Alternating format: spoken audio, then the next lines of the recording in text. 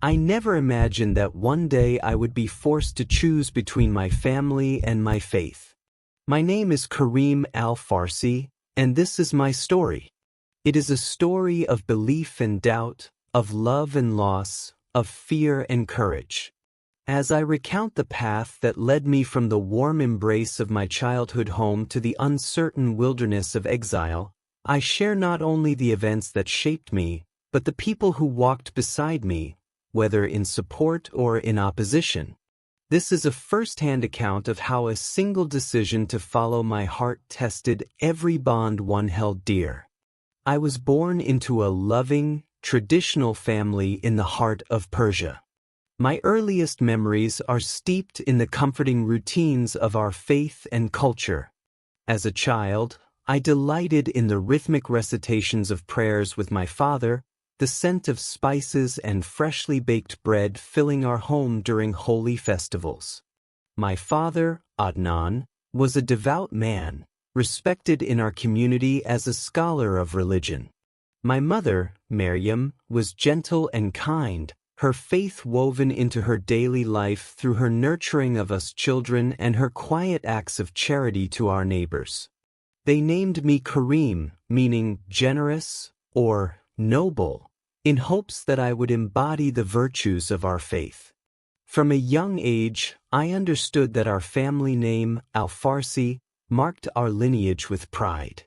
We were Persian by heritage, and our ancestors had embraced our religion generations ago. This faith was not just a personal belief but a legacy passed down like a treasured heirloom. My father often recounted tales of our forefathers who defended their beliefs in times of adversity. I grew up listening to these stories wide-eyed, vowing silently each time that I too would honor our family's faith and reputation. I was especially close to my older brother, Hassan. He was 5 years my senior and everything I admired, pious, confident, and eager to follow in our father's footsteps. Hassan would wake me at dawn for the morning prayers, gently shaking my shoulder until I rose groggy but smiling.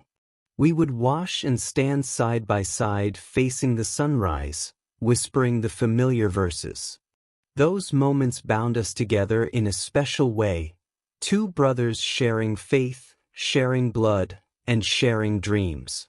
Hassan often spoke of becoming a religious teacher or imam, and it was expected I might do the same or at least be his earnest pupil. Outside of our immediate family, we lived among a tight-knit community where everyone knew one another. My childhood best friend was Yusuf, a neighbor boy with whom I spent countless afternoons playing football in the dusty alley or helping to fly kites from the rooftops. Yusuf's family, like ours, valued our traditions strongly. His father and mine prayed at the same mosque and served on the local council. We were raised almost as cousins, with our mothers trading recipes and our fathers discussing scripture. In school, I was an average student, but I took my religious classes very seriously. I memorized verses and sayings diligently to make my father proud. When I recited in competitions at the local community center, I often spotted the glimmer of a tear in my mother's eye and a broad smile under my father's thick mustache. Approval from my parents was the sun around which my world revolved. Their faith was my faith. Their values were my values. I had no reason to question anything in those early years. Life was simple and I was content. Yet, even as a child, I was naturally curious about the world beyond our neighborhood. Sometimes I peppered my father with questions.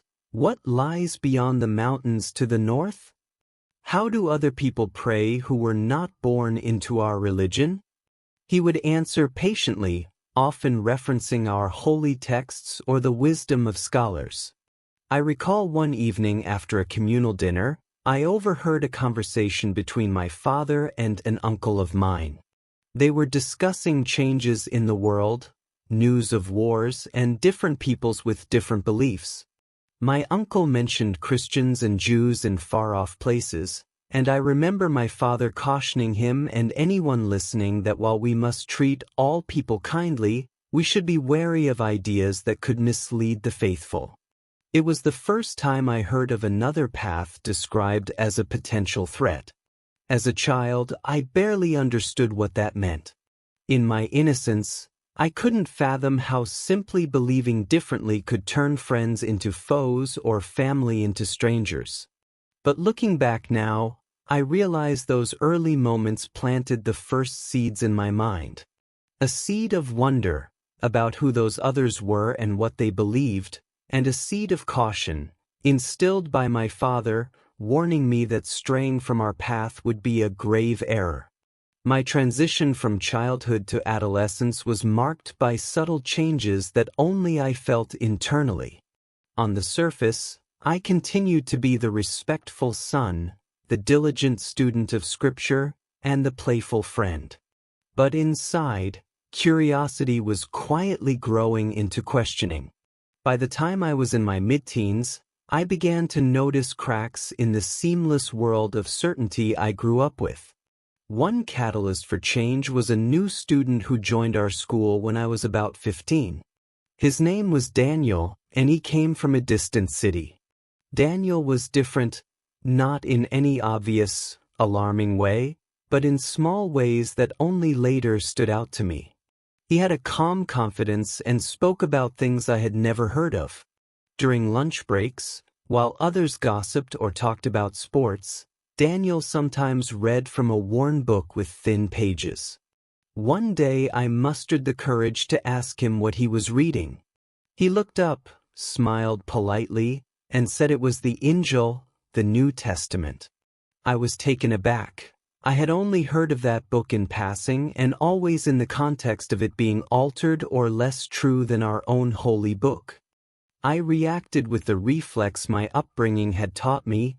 I challenged him, saying, "Aren't you afraid to be seen reading that here?" Daniel shrugged and responded, "Truth is truth to me, no matter where I am." There was no arrogance or anger in his voice, just a simple conviction. I didn't know how to respond. Part of me was intrigued that someone my age could be so sure of something my community dismissed. Another part of me felt it was my duty to debate him, perhaps even convert him to our faith. Over the weeks, Daniel and I developed an unusual friendship. It was cautious at first. I was careful not to let my other friends or teachers know I was speaking with him at length. But I found him easy to talk to, far easier than I expected. Our conversations ranged from homework and football scores to deeper subjects like the purpose of life and how one finds truth. I was initially defensive, quoting everything I'd been taught whenever Daniel said something that didn't align with my worldview. He listened patiently, never mocking. Occasionally he'd nod and then share his perspective, often using examples or parables from the Injil that sounded strangely familiar in moral lesson, yet foreign in detail. One afternoon, class had ended and the golden sun of early evening filtered through the courtyard at school. I found Daniel sitting alone by a fountain, lost in thought with that little book in hand. I sat next to him without fully knowing why. Perhaps I sensed he needed someone to talk to, or maybe it was I who needed it. We talked about our families. He told me that his family had moved here because his father got a job at a hospital. They were Christians in a predominantly Muslim country, and they tried to keep a low profile. That caught my attention. I realized then that Daniel belonged to the very faith my father had once cautioned us about. Yet, Daniel himself did not fit the ominous image of a threat. He was kind, studious, and respectful.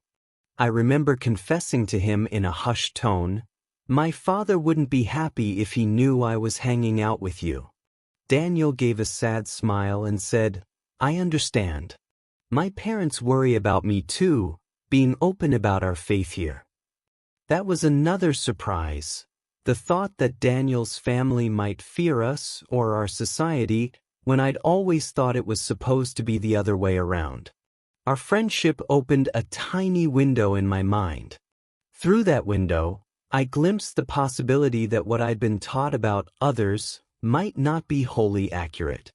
This didn't mean I was ready to abandon my beliefs, but I started to consider the humanity beyond labels. If Daniel could be both different in faith and a genuinely good person, then perhaps there was more to learn about his beliefs rather than simply fear them. At home, I still maintained appearances. But the questioning in my heart made me more attentive in our religious study circles.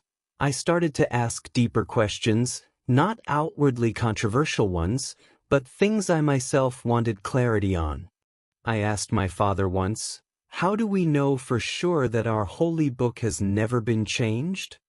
He looked at me, puzzled by the sudden intensity of my question, then gave a well-reasoned theological explanation. I nodded, but internally I was comparing it with what Daniel had told me about how the Injil came to be. These thoughts made my head spin at times. Late at night, I took to quietly sneaking into my father's small study.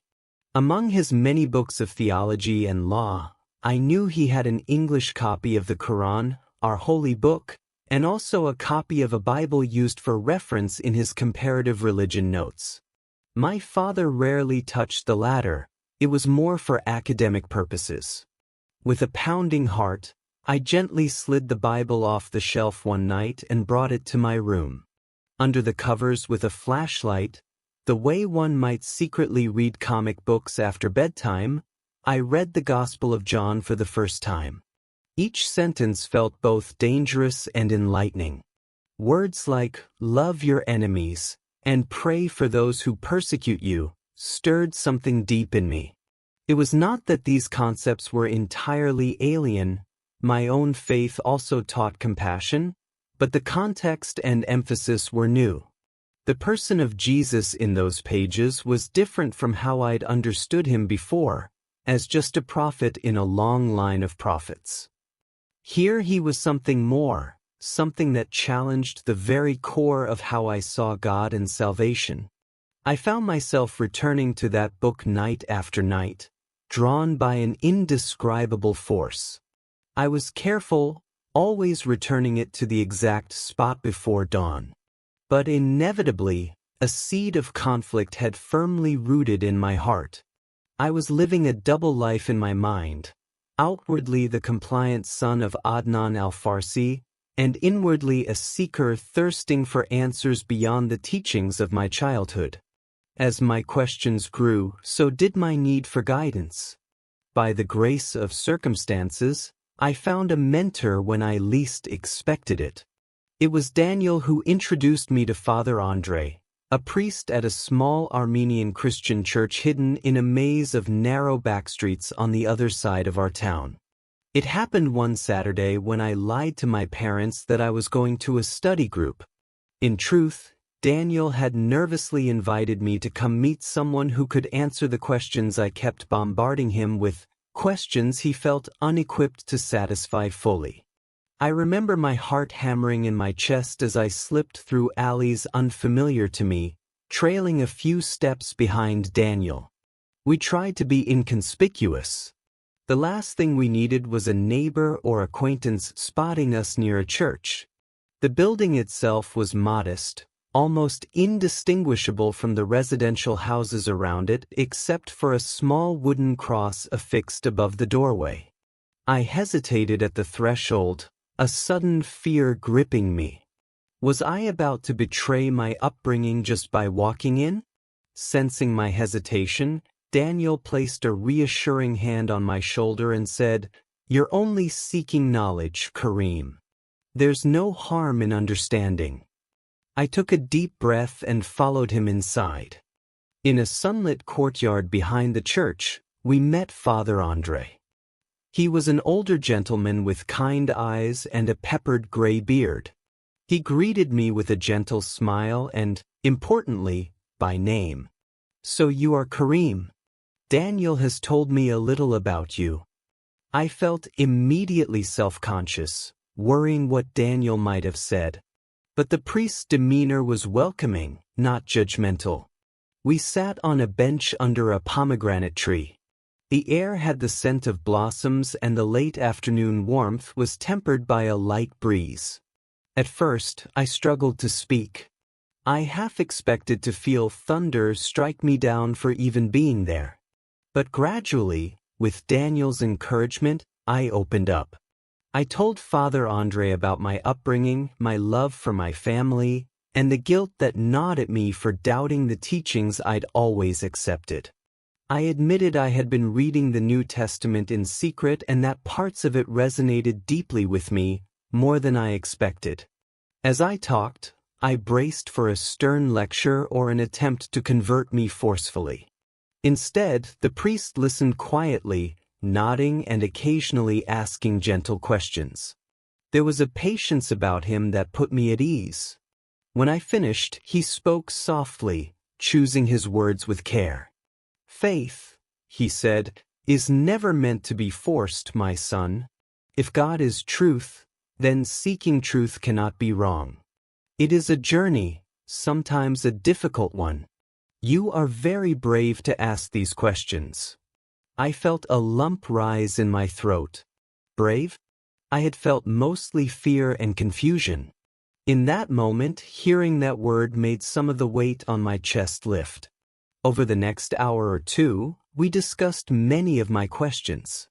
I asked him bluntly, "How can I even consider that Jesus is more than a prophet? It's blasphemy to everything I've been taught." He opened a weathered Bible on his lap and read to me, in his softly accented voice, passages I had not reached in my secret readings. Verses about love, sacrifice, and redemption. He explained Christian beliefs, not attacking my own, but illuminating his. Some things he said were hard to swallow, but others touched that same chord in me that had been vibrating since I first opened those pages on my own. What struck me the most was how he emphasized God's personal love. I was used to thinking of God as majestic, to be worshipped and obeyed, which I still believed, but here was an added dimension. A God who actively seeks a relationship to the point of personal sacrifice. It was overwhelming. When we parted ways that day, my head was swirling, but I felt more alive than I had in years. Father Andre offered that I could come back or contact him any time if I needed to talk.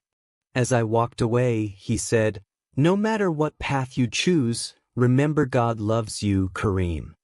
Tears pricked my eyes at those words, simple and unconditional. I realized that deep down, part of my struggle was that I feared losing God even as I sought him. That evening, hearing those words allowed me, for the first time, to believe that perhaps God was not angry with my questions. It wasn't long before I did return to see Father Andre, this time with an even riskier request. I asked to attend one of their small Sunday services. That meant lying to my parents again about my whereabouts and risking being seen. I felt guilty deceiving them, but I rationalized that I wasn't doing it for frivolity or sin. I was pursuing truth. Still, before I left home that Sunday morning, I remember my mother gently reminding me not to skip the noon prayers and to return in time for a family lunch. Her trusting smile made my heart ache with shame and doubt about my secrecy. Attending the church service was both beautiful and surreal. There were only about 20 people in the chapel, most of them older Armenian women in scarves, a few families, and some men. As a stranger, I stood out, but Daniel had prepped me to say I was a visiting cousin if anyone asked. The service was in Armenian and Persian. I understood only parts, but the atmosphere of worship moved me. I saw people singing with eyes closed, faces peaceful or tearful, and I felt an intense longing. I silently prayed in my heart, "God, if you are here, please guide me. I just want to know you." When they shared bread and wine in communion, I did not partake. It would have been wrong since I was not a baptized Christian and still uncertain. However, I watched everything closely, my heart pounding in my chest the entire time. Fear of being discovered warred with the sense that I was tasting something forbidden yet precious. In that little church, in the midst of strangers who were fast becoming dear to me, I experienced a kind of peace and belonging that I struggled to find back home in recent times. It frightened me that this felt more authentic than what I'd always known. I left that day with a quiet resolve forming in my soul. I wasn't fully committed to anything yet, but I knew I couldn't keep living a double life forever. There would come a moment I'd have to choose. The turning point of my journey, the moment I crossed the threshold from questioning to conviction, came one late autumn evening when I was 18. By then, nearly 3 years had passed since I first befriended Daniel. We remained close friends, and through him, I had gained an extended family of sorts at Father Andre's church. I continued to meet the priest in secret, sometimes in the church, sometimes at his home. We'd talk for hours, and I would help him with small chores as an excuse if anyone asked why I was there, like fixing a squeaky gate or organizing books. Over time, I also met another man, Reza, who was closer to my age, in his 20s. Reza was a Muslim-born convert to Christianity, much like I was on the verge of becoming. He had been baptized a couple of years earlier and had even spent a short time in jail for holding underground prayer meetings. His presence in the community was inspiring. He was soft-spoken, but whenever he prayed or spoke of faith, there was a fire in his eyes that showed his dedication. It helped immensely to have someone who understood the fears unique to people like us. Reza became both a friend and a mentor. He shared his story with me, how his family had also disowned him, how he escaped a raid on a house gathering once by climbing out of a second-floor window, and how despite all that, he had no regrets. His words planted themselves in my heart. Following Christ cost me everything I had, but it also gave me everything I truly needed. I was not yet in a place to fully echo that sentiment, but I felt the truth of it calling to me. The more I learned and prayed, the more I felt my heart align with this new faith. Still, I was terrified of what it would mean if I formally converted, not just for me but for my family. There were nights I lay awake staring at the ceiling, imagining how life could proceed normally if I just suppressed all these questions. I could go back to being the dutiful son, pretend I never strayed, maybe even convince myself that the comfort of family and community is worth more than this difficult path of discovery. Yet, whenever I tried to imagine that, something in me felt like it was suffocating. I knew too much now. My heart had tasted a different kind of truth, and to deny it would be living a lie. I prayed constantly for guidance, teetering on the edge of decision. One crisp evening, I visited Father Andre. The air smelled of wood smoke from nearby homes as winter approached. I remember he welcomed me in with his usual warm smile. We sat in his small study, a humble room lined with books and a single flickering oil lamp because the electricity was out that night. In the gentle glow, I confessed the turmoil that had consumed me. "I feel like I'm being torn in two, Father," I said, voice trembling. "If I take this step, I lose my family and possibly my life as I know it. If I don't, I fear I'll lose my soul, or at least live with regret and emptiness." He listened intently and then gave me advice that has stayed with me forever. "Kareem, faith is always a leap. There is never absolute certainty, only trust. Even staying where you are is a choice that comes with consequences. You must decide which path brings you closer to the person you believe God wants you to be." He offered to pray with me for clarity and courage, and we did, on our knees in that tiny room lit by a single lamp, two figures bent over an old wooden cross he kept on the table. It wasn't a thunderclap or a voice from the heavens that gave me my answer. It was a stillness that settled in my heart as we prayed. In that quiet moment, I felt a reassurance I could not manufacture on my own. Tears flowed freely down my face, and I found myself whispering words I had held back for months. Yes, Lord, I'm yours.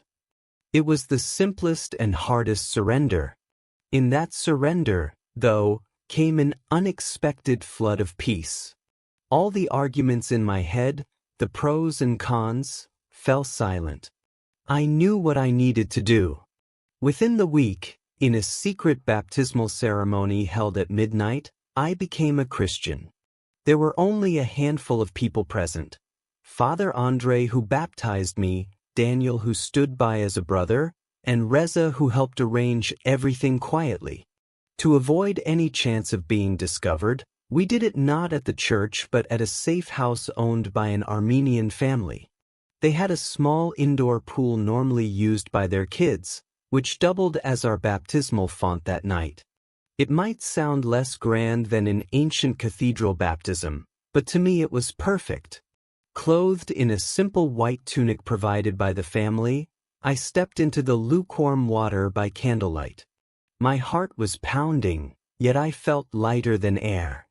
The words of commitment and baptism were spoken softly so as not to echo beyond those walls, and when I went under the water and rose up again, I felt like I truly left an old life behind and emerged new.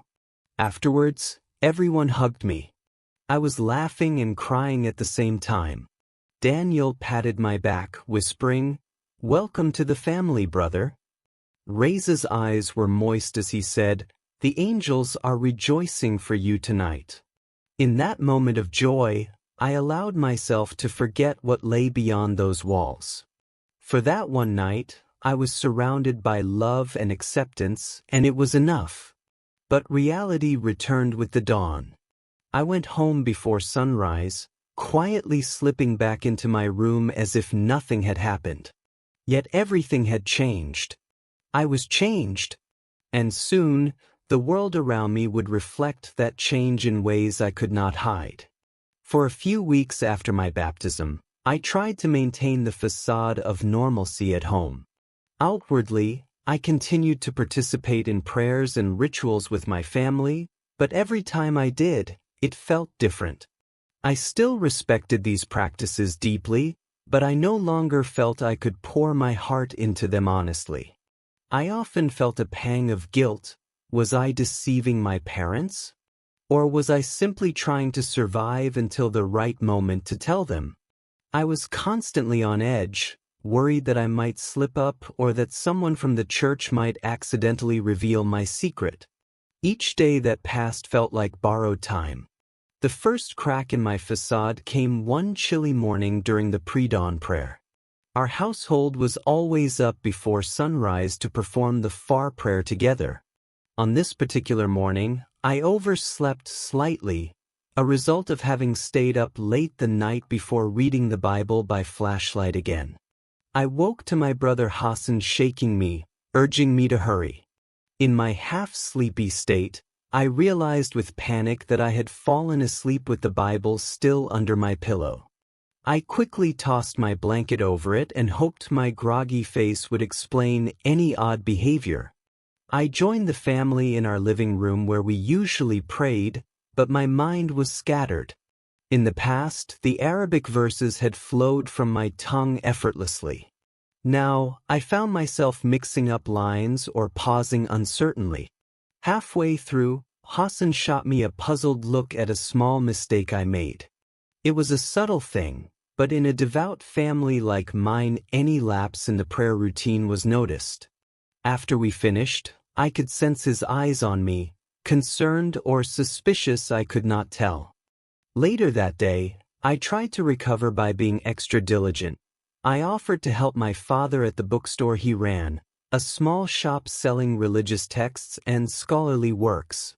While organizing shelves with him, I steeled myself and brought up a neutral question to gauge his mood. "Father, have you ever dealt with someone who lost their faith?" It was indirect, but I was desperate for insight into how he might react. He paused from his task and looked at me intently. For a moment I feared he saw right through me. "Why do you ask, Kareem?" he said. I fumbled slightly. "Oh, we had a discussion at school, just theoretical, about why people sometimes change their beliefs. I was curious what you thought." He stroked his beard thoughtfully. "It's uncommon here, but I've heard of a few cases. It's very sad. Often it is because the person was led astray by bad influences or they were confused by false teachings. In some cases, they face severe consequences, even legal ones. But more than anything, it's a tragedy for their family and soul. We must pray such a thing never happens to anyone we love." He patted my shoulder reassuringly and gave a small smile, not knowing how his words struck me like a blow. My stomach churned with anxiety and guilt. I mumbled something about understanding and quickly excused myself, claiming I needed to meet Yusuf for study. It was that conversation that made me realize I couldn't hide forever. If my father discovered my conversion on his own, it would be a far worse betrayal than if I told him myself. Additionally, part of me longed to be honest, to stop living a double life at home. I knew it wouldn't be easy, in fact it could be catastrophic, but I had to eventually stand for my new faith openly. I prayed for the right opportunity and words. The confrontation, when it finally happened, was far more dramatic and sudden than I anticipated. One evening, my family gathered at home to host my uncle, the same one who had spoken about Christians long ago, and his wife for dinner. After the meal, the adults sat in the parlor drinking tea and discussing community matters while I played a board game in the corner with my little sister, Fatima. Everything was pleasant until the conversation shifted when my uncle mentioned a rumor. He said something like, "I heard that the police questioned a couple of local men for suspected apostasy last week. Can you imagine? In our neighborhood." My hand froze on the game piece I was moving. My mother gasped and said, "Astaghfirullah, God forgive us." My father shook his head in dismay. But then my uncle added in a lower tone, "They say one family's son has been sneaking off to a church. The shame it's bringing. I think it's that family who lives near the old market." My heart pounded wildly. That was Reza's neighborhood. I felt heat rising to my face. I tried to keep calm for my sister's sake, who looked at me innocently, unaware of the turmoil inside me. My father responded to my uncle, "If it's true, that boy is lost. May God guide him back. Otherwise he'll face not just earthly punishment but eternal as well." I couldn't take hearing them condemn someone like that, someone who, in truth, was like me. The words burst out of me before I could contain them. But what if that boy truly believes in what he's seeking? Would God punish someone for trying to find the truth? The room fell silent. You could hear the delicate clink as my mother set down her teacup, her hand unsteady. All eyes turned to me. My father's brows furrowed in confusion and a hint of anger. "What are you saying, Kareem?" he asked slowly, voice tense. I realized I had spoken far too boldly. I tried to backtrack. I mean, hypothetically, if he sincerely believes in another path. My father's face hardened. He was a smart man and could connect dots quickly. Why would you even consider that perspective unless... He didn't finish the sentence. He didn't have to. His eyes widened as if seeing me anew, then narrowed with pain and fury. "Kareem," he said in a dangerously low tone, "tell me you have not been doing something foolish." My mother stood up, clearly alarmed. "Adnan, he's just a boy, asking a question." But my father rose to his feet, his gaze never leaving me.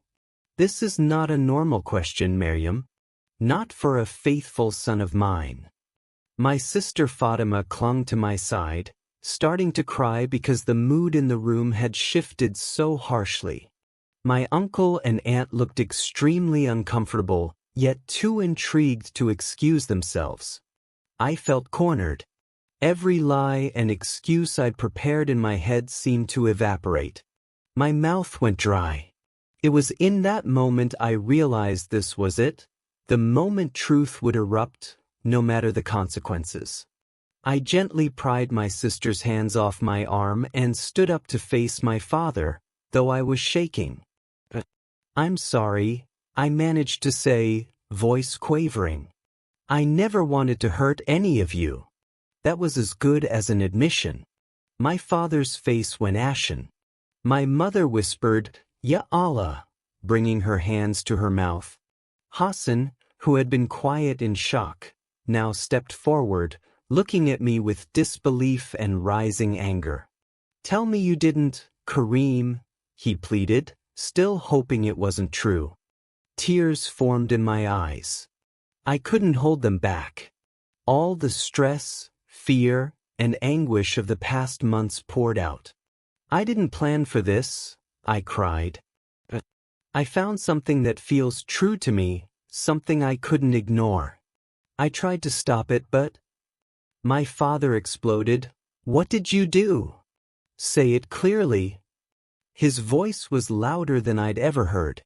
My uncle half stood, as if debating whether to intervene or leave. I took a deep breath, shaking from head to toe. "I became a Christian," I said, the words tasting foreign and yet liberating on my tongue. The silence that followed was like the eye of a storm, a brief vacuum of sound and time where everything stood still. Then all chaos broke loose. My father lunged forward with a roar, his hand raised. Before I could flinch, a stinging blow struck my left cheek. I stumbled back, more from shock than force. My mother cried out and grabbed his arm, begging him to stop. No," she cried. My brother Hassan looked like he wanted to hit me too but was frozen in place, his face contorted in rage and hurt. Little Fatima was now wailing in fear, hiding behind my aunt. My father's voice trembled with rage and heartbreak. "How could you do this to us? To me? After all I taught you, after all the devotion we gave. Have you lost your mind? Do you want to bring shame on our family? On our ancestors?" Each question was like a dagger, and I had no answer that would satisfy him. I just kept saying, I'm sorry," over and over, tears streaming down my face. "Sorry?" he thundered. "You think sorry can fix this? Astaghfirullah. I have a son who's a murtad, apostate? Not under my roof. You renounce this now or get out." My mother was sobbing now, clutching at his sleeve, but he shook her off, eyes blazing at me.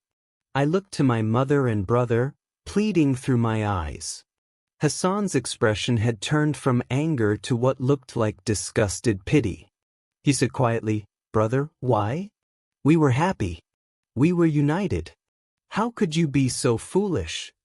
There was sorrow in his voice, but it was laced with betrayal and disbelief. I tried to explain through my sobs. I spoke of searching, of how I felt drawn to what I learned, that I still loved them deeply, that I believed God had led me on this path. But my words sounded weak under their gaze. My uncle, who had been watching with a stern frown, interjected, "This is haram. He is an adult now. He's accountable. Adnan, you must do what's necessary." I knew what that implied in our context.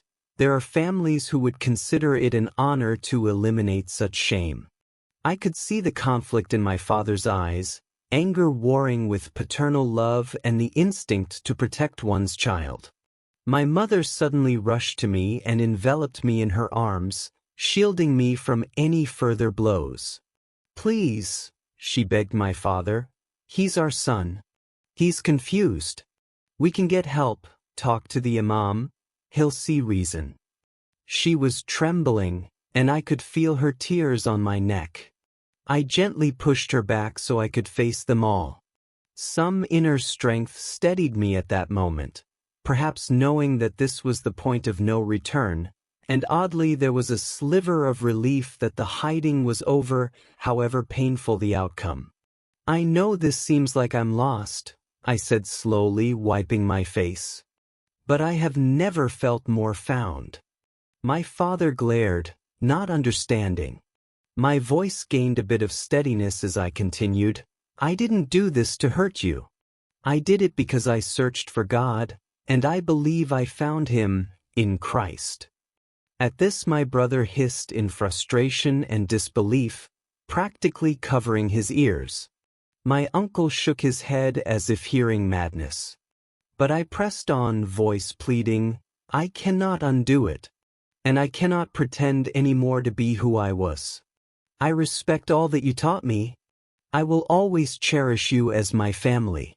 But I won't lie to you by saying this was just a phase or a mistake. It wasn't." My father's face had turned red and he clenched his fists. For a moment, I truly feared he might attack me again, and perhaps worse. Instead, he pointed to the door and said in a voice cold as ice, "Leave. You are no son of mine. Leave this house and do not come back." His words struck me harder than any blow. My mother cried out as if wounded, and Hassan looked at our father in shock at the severity. "Father, maybe we should think," Hassan started, but father cut him off sharply. "If he stays, this house will be cursed with his blasphemy. I will not allow it. Not one more night." He looked at me, eyes full of furious pain and sorrow. "Get out." My mother tried to grab his arm again, but he shook her off more gently this time and stepped away, turning his back to me as if unable to even look at me. My uncle quietly stepped in front of my father as if to support his stance, while my aunt went to console my crying sister and cousin. The realization hit me that I had nowhere to go if I left. But any plea I could make died in my throat. The divide had been cut deep and quick. Perhaps foolishly, in that moment, I thought maybe leaving would only be temporary, that after the initial shock they'd let me return or talk more calmly. With a heavy numbness beginning to set in, I walked to my room. No one followed me. I could hear my mother's muffled sobs in the living room and Fatima crying for me not to leave, her little voice rising in panic. That nearly broke me. I hastily grabbed a backpack and stuffed a few clothes, my wallet, and, after a second's hesitation, the Bible that had catalyzed all this from under my pillow. As I slid it into the bag, I heard a faint clink on the floor. It was my old prayer beads falling from the nightstand. I picked them up and, after a moment's thought, tucked them in as well. They were part of my life and I didn't know what lay ahead. I wasn't rejecting everything of my past. I stepped back into the main room with my bag. My mother rushed over, tears streaming, and pressed something into my hand, a small pouch of money and some of my identification papers. She must have rapidly collected them, realizing what would happen. "Take this," she whispered, voice shaking. "At least you'll have what you need." Her eyes bore into mine, full of love and despair. In a broken voice she pleaded, "Please rethink this, my son. Please come back." I hugged her fiercely, both of us trembling. "I'm sorry, Mama," I choked out. "I love you." Hassan stood by, his eyes wet but anger still evident. He simply said, "If you walk out that door, it's best you don't come back until you've repented." But I noted he didn't directly say, "Never come back." Somewhere, maybe he held a faint hope. I just nodded sadly. I had no words left. My father did not speak or turn around. My uncle gave me a stern look as if I were some criminal being rightly banished. My aunt avoided eye contact, focusing on calming the children. And so I left. I walked out into the chilly night, the door closing behind me with a final thud that sounded like the ceiling of a tomb. Outside, the world was eerily quiet. I stood on the street under a flickering street lamp, my breath visible in the cold air, a solitary figure where moments ago I had had a place and a family. The weight of what had just happened descended on me fully. I wanted to collapse right there and sob, but I forced myself to move. If I stayed, someone might come after me, whether out of anger or heartbreak, and I feared both. I wandered through the dark streets, each step feeling surreal. In the span of an hour, I had become a homeless outcast, my entire identity shattered. My mind raced through 100 thoughts. What do I do now? Where will I sleep? Will my father calm down by morning and send Hassan to look for me? The cold bit through my thin jacket, but it was nothing compared to the icy dread in my heart. Instinctively, my feet led me to the one place I thought I might find refuge, Daniel's house. He lived across town, and by the time I arrived at his street, it was very late, probably near midnight. Every sensible person was indoors at that hour, especially in winter. I stood outside his modest home, hesitating to knock. What if his parents woke up? They might not appreciate a Muslim friend showing up in the middle of the night, let alone an apostate needing shelter. But I had nowhere else. So I picked up a small pebble and threw it gently at the window I knew was Daniel's bedroom. After a few tries, a light came on and the curtain shifted. A moment later, the front door quietly creaked open and Daniel emerged, hurriedly wrapped in a coat over pajamas. He looked alarmed to see me standing there with a backpack and tear-streaked face. "Kareem? What happened?" he whispered, guiding me quickly inside before any nosy neighbor noticed. Inside, his home was warm and dim. He led me to the small living room. Thankfully, his parents hadn't awoken. I couldn't speak at first, my throat felt raw. But the moment I tried to say something, a sob escaped. Daniel's face fell as he realized the gravity. He put an arm around my shoulder and I finally broke down, explaining everything in a hushed, shaky voice, how my family found out and my father's furious banishment. Saying it aloud made it all feel even more real and painful. Daniel listened with sympathy and horror. "I'm so sorry, Kareem," he said softly. He told me I could stay the night at his place and we'd figure things out in the morning. True to his character, he didn't hesitate or need to check with anyone. He just acted with compassion. We both knew, however, that a long-term stay might be tricky, given his family's need to keep a low profile themselves. Nonetheless, when his parents woke and learned, in discreet whispers, what had happened, they didn't turn me away. In fact, Daniel's mother, a kind woman named Sarah, immediately hugged me and said I was like a second son, welcome in their home. I had to fight back tears again at such kindness from someone who wasn't even my blood.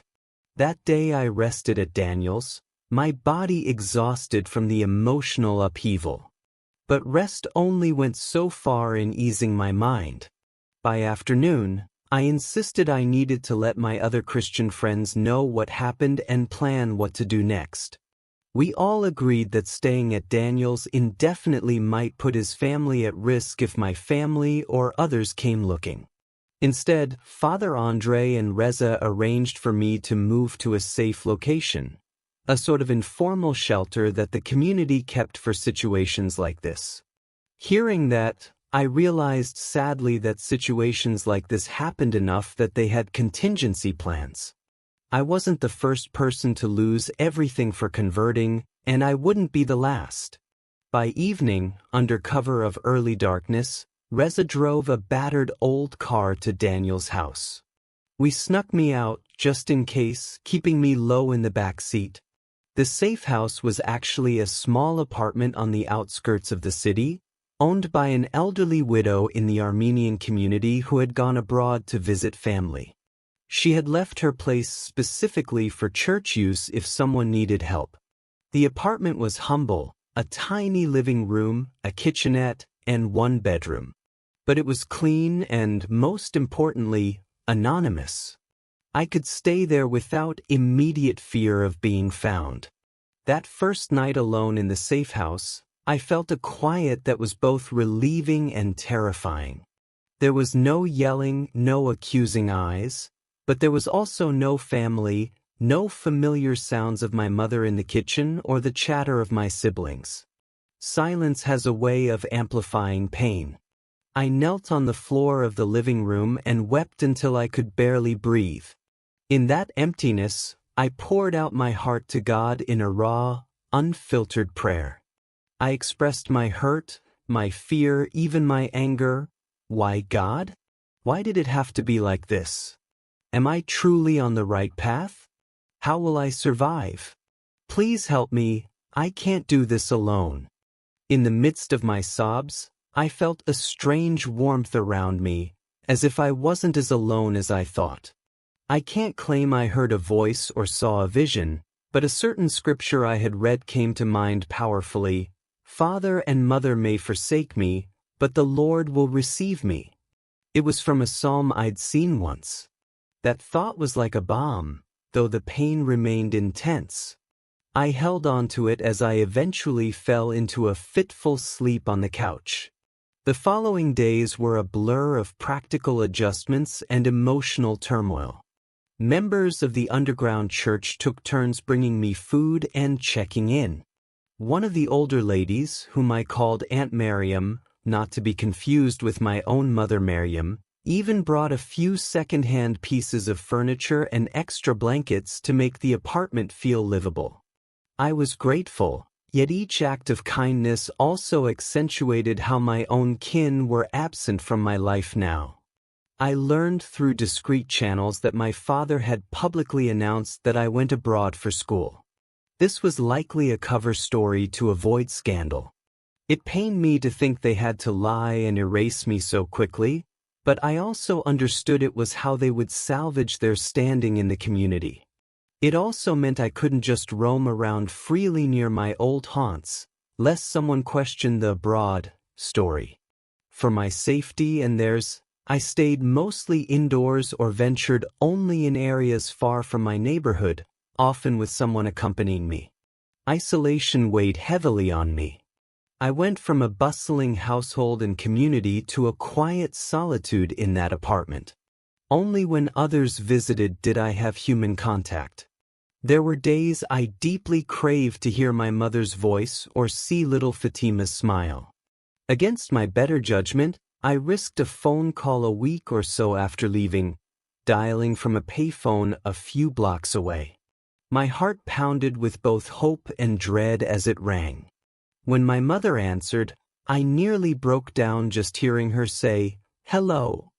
I managed to keep my voice steady and simply said I was safe and that I loved her. She started crying as soon as she recognized me. She spoke rapidly, asking where I was, begging me to come home and undo this mistake, or at least let them bring me home secretly and figure things out. I heard my father's voice in the background demanding to know if it was me on the line. She got nervous and whispered, "Please take care, my son. I can't talk. I love you," then hung up abruptly, likely as my father took the phone. That brief call left me both elated and crushed. Elated to know my mother still cared deeply, crushed by hearing her pain and my father's lingering anger. I knew contacting them was risky. If my father had picked up first, he might have used the opportunity to try to trace the call or worse. So I decided not to call again for a while for everyone's sake. In my darkest period of loneliness, the small community of believers truly became my new family. One person who became a daily presence was David, an Armenian Christian around my age. Perhaps his Armenian name was David, but he went by David in Persian circles. He and I quickly formed a brotherly bond. He wasn't a convert. He was born into a Christian family, but he understood the fear of persecution as all Christians in our country did to some extent. David took it upon himself to check on me every day, bringing fresh bread or groceries, or sometimes just coming over to chat and pray with me. He had a goofy sense of humor that occasionally even lifted my heavy mood. I remember one cold afternoon he brought a chess set and challenged me, saying he wouldn't leave until I beat him at least once. He was terrible at chess. I won the first 2 games easily despite my emotional state, which made us both laugh, and for a moment I forgot my sorrows. Reza also remained a support. He often came in the evenings after work. The safe house had an old radio and cassette player, and Reza brought me some recordings of sermons and worship songs in Persian that I could listen to.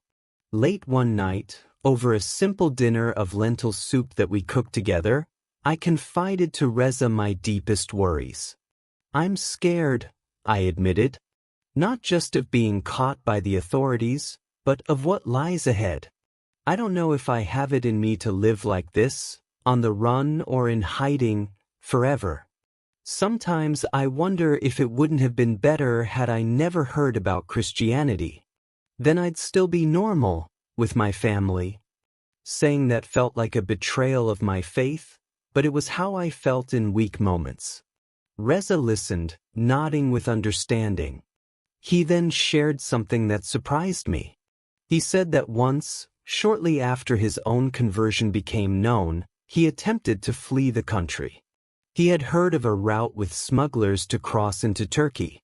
But along the way, he was caught by border police and detained for days. He thought he would be imprisoned for even longer, but by some miracle, or bureaucratic mix-up, they released him with a stern warning. After that scare, he realized running wasn't the solution he wanted. "I decided," he said quietly, staring at his hands, "that if God wanted me to survive, I would. If he wanted me to serve him in prison or die for him, I would." There was a strange peace in that surrender.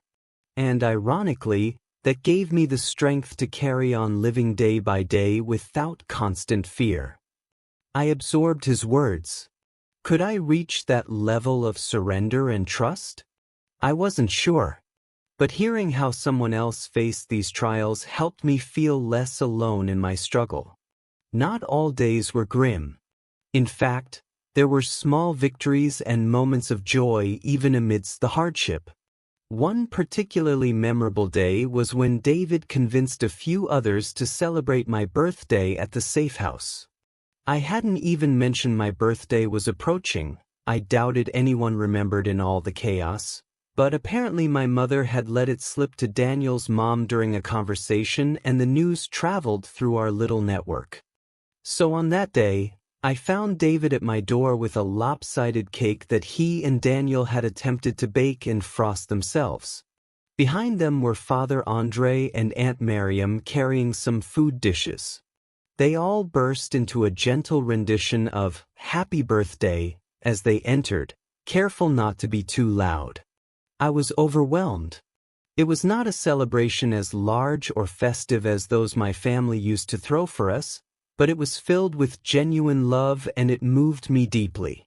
We laughed as I tasted the cake, which had far too much sugar and not enough flour, and we all pretended it was the best cake ever, teasing David about his baking skills. That evening we shared stories, some of them theirs, some of mine, almost like a normal family would. For a short time, I felt like a normal young man, not a fugitive from my own home. However, with the good days came also frightening ones. There was the constant underlying tension that at any moment, everything could come crashing down if I were discovered by the wrong people. One night we got a scare. I was hosting a small Bible study in the apartment with just David and another friend. Suddenly, David got a text message on his phone. His face went pale as he read it. "Police raided another house church across town just now. They arrested a few people," he said in a hushed voice. My heart jumped into my throat. Was it random, or did they have information that could lead them to others? We quickly switched off the lights and sat in the dark, whispering prayers for those taken and for our safety. That night I barely slept, flinching at every sound of a car passing or distant bark of a dog, half expecting a bang on my own door next. In the weeks that followed, security forces cracked down on many gatherings. As a recent convert and someone already disowned, I was particularly vulnerable, so I had to be extra cautious. We varied the times and locations of meetups. I learned how to be invisible in many ways, wearing a face mask outside, which wasn't too unusual given occasional dust storms and even health scares, keeping my head low, avoiding any place where someone might recognize me. It was a strange existence, free in my soul, but physically confined. During this time, I grappled heavily with internal conflicts. I feared suffering. Stories of converts tortured in prison haunted me at night. I feared abandonment. What if my new Christian friends also got scared and left me? And I feared, at times, whether God truly was with me in all this or if this was punishment for betraying the faith of my ancestors. Old childhood beliefs and new convictions warred inside me, making me question myself relentlessly. When I heard of other converts who under pressure recanted and went back to Islam just to avoid punishment, a part of me envied their ability to just undo it all. On particularly dark nights, I even contemplated if I could fake a return to appease my father and be taken back. If I showed up at home claiming I repented, perhaps they would embrace me again and life would go on normally. I could always internally keep my new beliefs hidden in my heart. Could that be a way? But every time I entertained that scenario, I felt a deep unrest. I pictured bowing in prayer alongside my father, uttering words I no longer truly believed, and it felt like a worse betrayal of God, of myself, of truth. I realized that I would not be at peace living a lie, even if externally it brought safety and acceptance. And beyond my own self, I thought of Daniel, Reza, David, and others who risked so much to support me. Returning to my old life under false pretenses would be letting them down too, and possibly exposing them if my story drew more attention. One evening, I faced this turmoil head-on. I was alone in the apartment, sitting on a mat on the floor with a single candle lit. Electricity was unreliable at times, and I often used candles to save costs and because I found the gentle flames soothing. In front of me was a Bible and my old Quran, side by side. I had placed them there intentionally, symbolic of the two worlds that were tearing me apart. I picked up my Quran, the familiar cover worn from years of use. I remembered my father gifting it to me on my 13th birthday with my name inscribed on the first page. I brought it to my forehead and tears fell as I whispered, "I'm sorry." Not because I felt my current path was wrong, but because I felt the weight of leaving behind something that had been such a foundation of my identity. Then I carefully set it down and picked up the Bible, equally tear-stained from my secret nights of reading and now open study. It was a newer copy that Father Andre had given me at baptism, with a Christian name added inside, Paul, which they gave me in honor of the apostle who also converted. I rarely used that name, but seeing it written there felt like affirmation that I had a place in this faith too. Holding both books, one in each hand, I began to pray aloud. I confessed every fear, every doubt to God. I admitted how I missed my father's voice, and how I feared his prayers might be calling curses upon me now. I expressed anger at God too, for why was finding him causing so much pain? And then I found myself thanking God, forcing myself to list things I was grateful for in the midst of pain. For Daniel's friendship, for the roof over my head, for the courage to take this step, for not being jailed, for those who still cared about me. I must have prayed and talked to God for hours, because by the time I was done, the candle had nearly burned out and my throat was hoarse. As I quieted, a deep peace slowly crept in. It wasn't an exuberant joy, but a gentle reassurance. In my heart, I felt these thoughts settle. I see you. I have not abandoned you. This is the path I have for you. Yes, even the suffering. Trust me. I realized I was clutching both books still. Carefully, I set the Quran aside. Then I held the Bible close to my chest and took a long, steadying breath. In that moment, I made a firm decision. No matter what, I would follow through with my commitment to Christ. Come prison, come loneliness, come even death. It was a scary thought, but paradoxically it made me feel stronger. I let go of the notion of returning to my old life. If God wanted to one day reconcile me with my family, He would do it in truth, not through deceit. If my family never came around, then may God give me the grace to bear that loss. After that night of deep soul-searching, something shifted in me. I won't pretend that all my fears vanished. They didn't, but I began to carry them differently. They became part of my story, not the end of it. I started to find small ways to overcome the paralyzing effects of fear and sadness. One significant step was deciding to do something meaningful with my time in hiding. Idleness only made me brood over my troubles. So I asked the community if there was any way I could quietly contribute or help others. Father Andre cautiously suggested I could aid in transcribing some of the handwritten notes and teachings into digital format, using an old laptop they had at the safe house. It was a task I could do indoors and it would help the underground church. I jumped at the opportunity. Spending hours typing out translations of scriptures, commentaries, and personal reflections of other believers not only occupied my mind but also nourished my soul. It was as if I became part of something bigger again, feeling useful and connected to the wider body of believers even in my seclusion. I also decided to reach out, carefully, to see if any bridges could be mended with my old life. I wrote letters, real, pen and paper letters. One to my mother, one to my father, and one to my brother. In each, I poured out my heart, assuring them that I still loved them and always would. I explained, as gently as I could, why I had taken the path I did, emphasizing that it wasn't about rejecting them or wanting to hurt them, but about following an overwhelming conviction I could not ignore. I apologized for the deceit and pain caused, and I expressed hope that one day we could be family again despite differences. I must have rewritten those letters several times to get the tone right, respectful, heartfelt, not preachy. I knew there was a chance they'd rip them up upon recognizing the sender, but I had to try.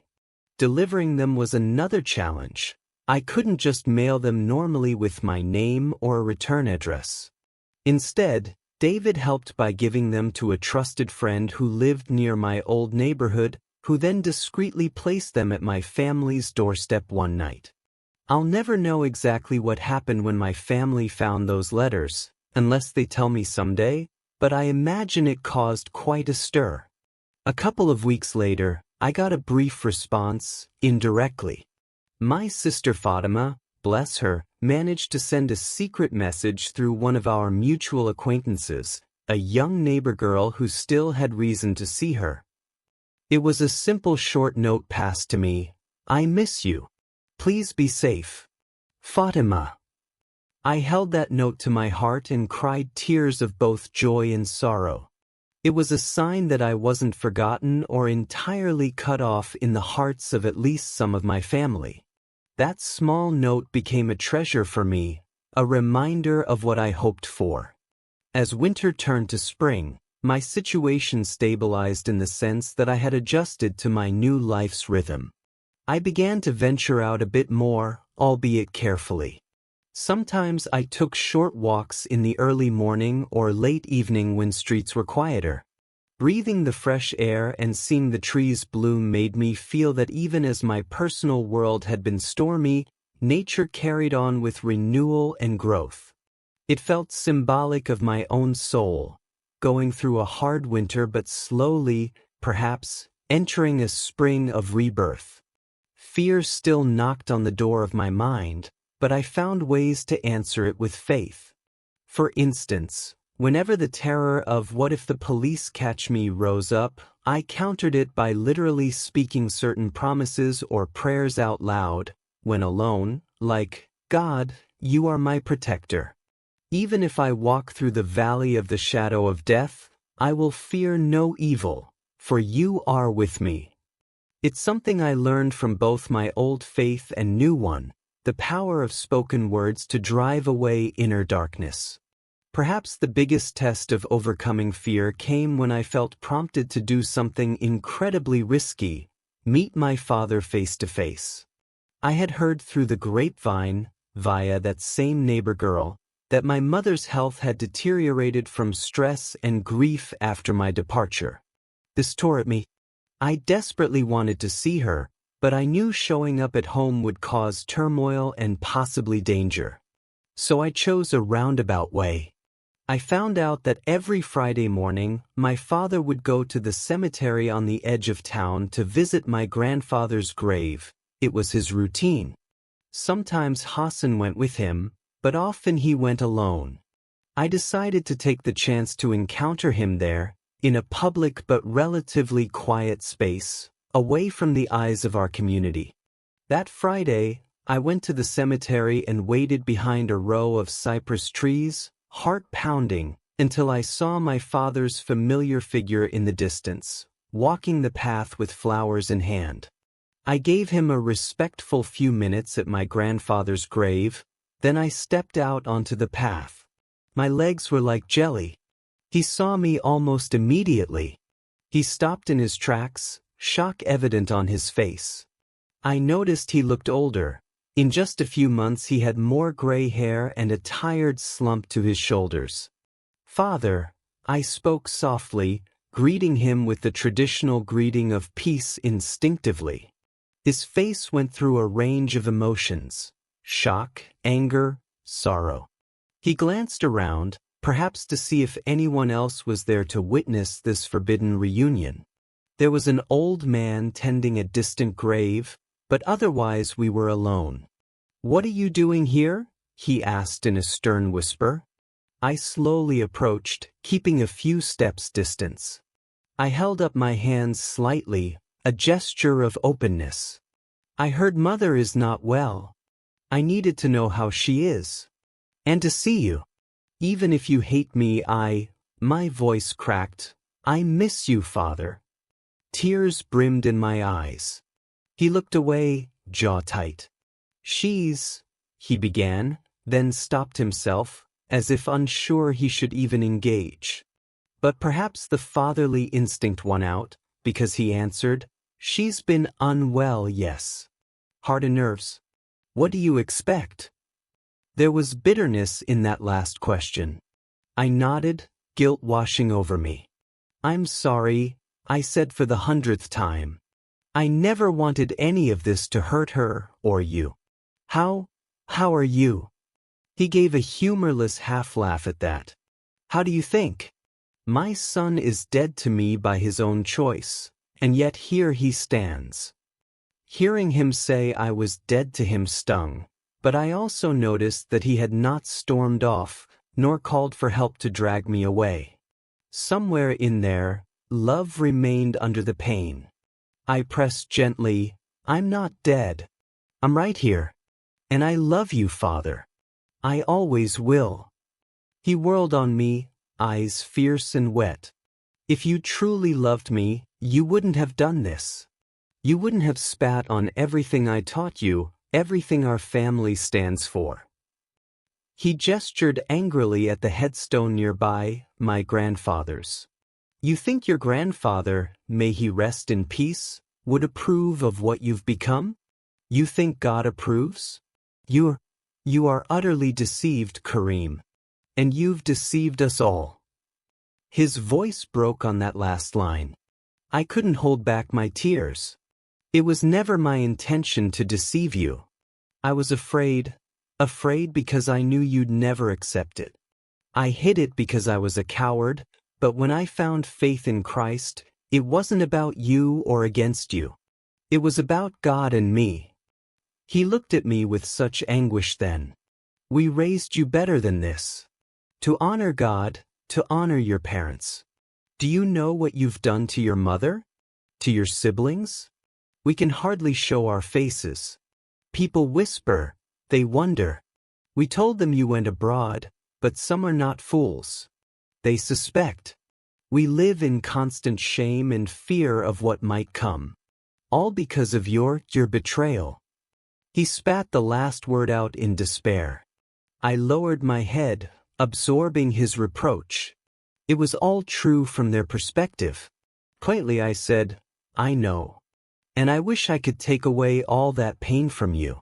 If I could have found truth without hurting you, I would have. But I couldn't deny what I believed. Would you have wanted me to live a lie and pretend to be devout while my heart was elsewhere? You hate my decision, I understand that, but please try to see, I didn't do it at you. I wasn't trying to rebel or shame you. I was trying to follow God as sincerely as you taught me to. It just led me down a different path. He was silent for a long while. The old man tending a grave left, giving us a curious glance but minding his own business. The winter breeze ruffled through the trees. My father's eyes were fixed on a spot on the ground, his thoughts unreadable. Finally, he said in a hoarse voice, Your mother prays for you every day. She prays that you'll come back. Honestly, I do too, even though I act like I don't. We even kept your room intact in case a miracle happens. He swallowed hard. But you stand here telling me you won't come back except in this state. The word state, he said with disdain, implying my Christianity. It was true, I wasn't here to recant. I couldn't lie even now by giving false hope that I might revert. I shook my head softly. I can't change what's in my heart, Father. Tears rolled down my cheeks. But I want you to know that I have not stopped being the son who loves you, who respects you. I remember every lesson you taught me about God and goodness. Those lessons made me who I am. They led me to seek Him earnestly. Please know that. He looked at me, and in his eyes I saw a glimmer of the deep love he had, wrestling with the equally deep disappointment. You have chosen your path, he said, resignation in his tone. I won't harm you, Kareem. I am still your father in my heart and that I cannot change. But I cannot accept this. Not now, maybe not ever. For your mother's sake, I won't alert anyone or try to punish you. She made me promise not to. But I also cannot welcome you home or be part of your life like this. You are like a stranger to me now, a stranger wearing my son's face. I broke into quiet sobs at those words. He was sparing my life and freedom in a sense. Some converts face far worse from their families, yet the door remained closed on reconciliation unless I returned to Islam. I knew that might never change, and I had to live with it. I understand, I managed to say through tears. I needed to see you. And to tell you, if nothing else, I'm sorry for all the hurt. And thank you for everything you did for me growing up. I will never speak ill of you or our family or faith. It's still a part of me, even if I've grown into something else.